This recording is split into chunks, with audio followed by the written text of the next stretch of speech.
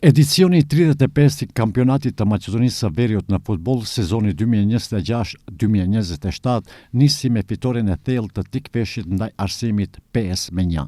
Vendasit dominuan nga fillimi deri në fund, ndërsa goli spektakolar i Ramadanit në minutën e 33 ishte i vetmi moment pozitiv për Arsimin.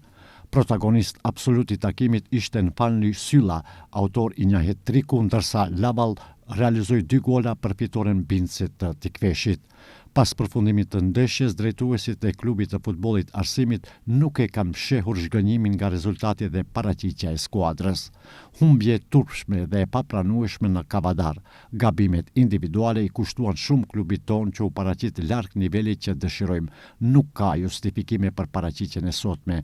Na mbeten 2 javë për të punuar shumë, për të analizuar gabimet dhe për të rikthyer më të fortë. U kërkojmë falje tifozëve tanë dhe ju premtojmë se përgjigjen do ta japim në fush, kanë shkruar në Facebook drejtuesit e klubit të futbollit Arsimi.